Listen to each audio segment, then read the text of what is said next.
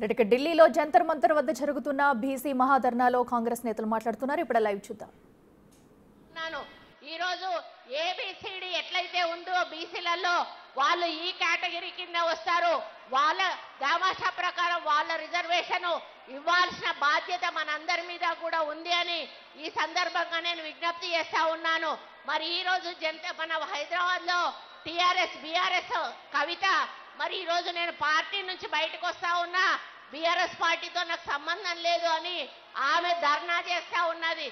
ఆమె ధర్నా చేయడం అనేది ఒక జోక్ అని చెప్పాలి. మనకిది ఇది ఒక పెద్ద మరి ఈ సంవత్సరానికి ఒక పెద్ద జోక్ అని చెప్పాలి. ఎందుకంటే 2004 తెలంగాణ వచ్చినప్పుడు నేను టిఆర్ఎస్ పార్టీ ఎమ్మెల్యేను, 4వ సారి గెలిచిన. మరి ఆ రోజు నాకు మంత్రి పదవి ఇవ్వలేదు. ఒక మహిళగా ఆ రోజు కవిత మాట్లాడలేదు. మరి మహిళకు మంత్రి పదవి ఇవ్వలేదు అని అడగలేదు.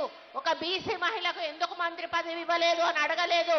ఈ రోజు తన ఉనికి చాటుకోవడానికి కొన్ని రోజులు జాగృతి నడిపింది, కొన్ని రోజులు బతుకమ్మ నడిపింది.